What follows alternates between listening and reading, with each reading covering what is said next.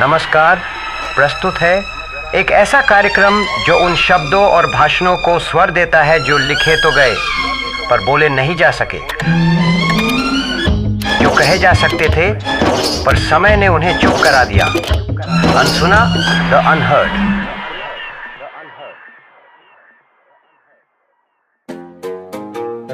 सत्य को सत्य के रूप में जानो और असत्य को असत्य के रूप में।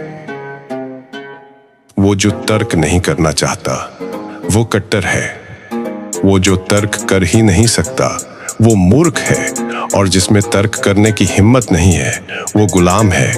मेरे दोस्तों, आज मैं आपके सामने एक ऐसे भाषण के साथ खड़ा हूं जो कभी दिया ही नहीं जा सका। मुझे लाहौर के जात पात तोड़क मंडल ने अध्यक्ष के रूप में आमंत्रित किया था। उन्होंने मुझे एक महान विचारक कहा, लेकिन जैसे ही उन्होंने मेरे विचारों का मसौदा पढ़ा वे सहम गए। उन्होंने मुझसे विनती की कि मैं वेद शब्द हटा दूं, शास्त्रों पर प्रहार न करूं, मैं अपनी बातों को थोड़ा मुलायम कर दूं। मैंने उनसे साफ कह दिया, मैं आपकी तालियों के लिए अपनी वैचारिक स्वतंत्रता और अपने सत्य का सौदा नहीं करूंगा। आप मुझे पसंद करें या ना करें, लेकिन मैं यहाँ अपनी मर्जी से नहीं, मैं आपके निमंत्रण पर आया हूँ। आपने एक अंत्यज अछूत को सवर्णों को संबोधित करने के लिए बुलाया है, ये जानते हुए भी कि आपके शास्त्र कहते हैं वर्णानाम ब्राह्मणों गुरु। मैं जानता हूं कि हिंदू समाज के लिए मैं बगीचे में एक सांप की तरह हूं, लेकिन अगर मैं यहां हूं तो कड़वा सच बोलने के लिए हूं।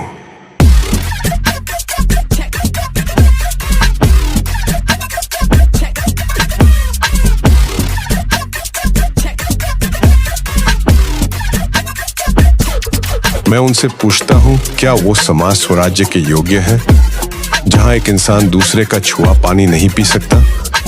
आप राजनीतिक असेंबली में सीटों की बात करते हैं, लेकिन क्या आपने कभी सोचा है कि जिस समाज की नींव ही ऊंच नीच के भेदभाव पर टिकी हो वो आजादी के बोझ को कैसे संभालेगा? बिना सोशल एफिशिएंसी के कोई भी राजनीतिक ढांचा सुरक्षित नहीं है। यदि आप लाखों लोगों को दबाकर रखेंगे, उन्हें शिक्षा और सम्मान से वंचित रखेंगे, तो आप एक राष्ट्र नहीं बल्कि जातियों का एक युद्ध क्षेत्र बनकर रह जाएंगे। जब तक आप सामाजिक रूप से बीमार हैं, आप राजनीतिक रूप से कभी स्वस्थ नहीं हो सकते। लाहौर के मेरे दोस्तों को लगा कि मैं केवल अंतरजातीय खान पान की बात करूंगा, लेकिन मैंने उन्हें अपना असली फार्मूला दिया। जब तक उन धार्मिक धारणाओं को नष्ट नहीं किया जाता जिन पर जाति व्यवस्था टिकी है, तब तक जाति को खत्म करना असंभव है। संत राम जी ने इसे अनोखा विचार कहा, लेकिन जब विस्तार से सुना तो वे डर गए। भाई परमानंद और महात्मा हंसराज जैसे नेताओं ने मेरा विरोध किया। क्यों? क्योंकि मैं केवल टहनियां नहीं काट रहा था, मैं उस जड़ पे कुल्हाड़ी चला रहा था जिसे आप पवित्र कहते हैं। हिंदू जातिवाद इसलिए नहीं मानता कि वो बुरा है, वो है इसे इसलिए मानता है क्योंकि उसके शास्त्र वेद और स्मृतियां उसे यही सिखाते हैं। एक हिंदू के लिए जाति का पालन करना एक धार्मिक कृत्य है, इसलिए जब तक आप इन शास्त्रों की पवित्रता और इनकी नैतिकता को चुनौती नहीं देंगे, तब तक आपका कोई भी सुधार केवल एक दिखावा मात्र रहेगा। आप किसी को तब तक आजाद नहीं कर सकते जब तक उसका दिमाग उन धार्मिक बेड़ियों में जकड़ा हुआ है।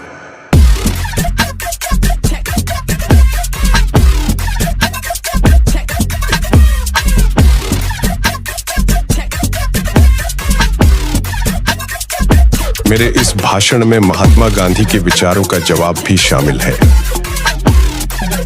गांधी जी कई हिंदुओं के लिए ओरेकल, दैवीय वाणी की तरह है। माना जाता है कि जब वे होठ खोलते हैं तो तर्क खत्म हो जाने चाहिए और किसी कुत्ते को भौंकना नहीं चाहिए। लेकिन दुनिया उन बागियों की कर्जदार है जिन्होंने तानाशाहों और धर्मगुरुओं के सामने खड़े होकर ये कहने की हिम्मत की कि आप गलत हैं। गांधी जी वर्ण व्यवस्था को बचाना चाहते हैं, वे उसे शुद्ध करना चाहते हैं, लेकिन मैं कहता हूं कि वर्ण और जाति एक ही जहर के दो नाम हैं। मंडल ने मुझसे कहा, भाषण छोटा कर दो, विवादास्पद बातें निकाल दो, नहीं तो हम सम्मेलन रद्द कर देंगे। मैंने जवाब दिया, सम्मेलन रद्द कर दीजिए, लेकिन मैं एक कॉमा भी नहीं बदलूंगा। ये मेरा हिंदू के रूप में अंतिम भाषण था। मैंने तय कर लिया है कि मैं उस घर में नहीं रहूंगा जहां मुझे अछूत माना जाता है। मैंने अपनी इस किताब को प्रकाशित कर दिया है ताकि जनता खुद फैसला करे कि दोषी कौन है। ये एक त्रासदी है कि सवर्ण सुधारक अपने रूढ़िवादी भाइयों को नाराज नहीं करना चाहते और हम अछूत अपनी गरिमा से समझौता नहीं कर सकते।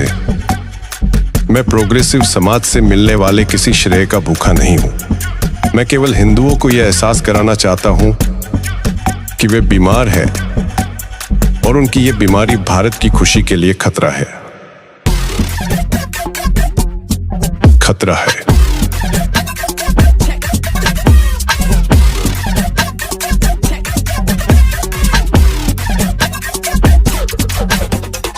मेरी लड़ाई केवल दलितों के लिए नहीं बल्कि उस भारत के लिए है जहां हर इंसान का मूल्य उसके जन्म से नहीं, उसके कर्म और चरित्र से आंका जाए। अब आप तय करें कि आप शास्त्रों के बंदी बने रहना चाहते हैं या न्याय और तर्क के स्वतंत्र आकाश में सांस लेना चाहते हैं। सत्य कड़वा होता है, लेकिन सत्य ही मुक्ति का मार्ग है। अब फैसला आपके हाथ में है। जय भीम।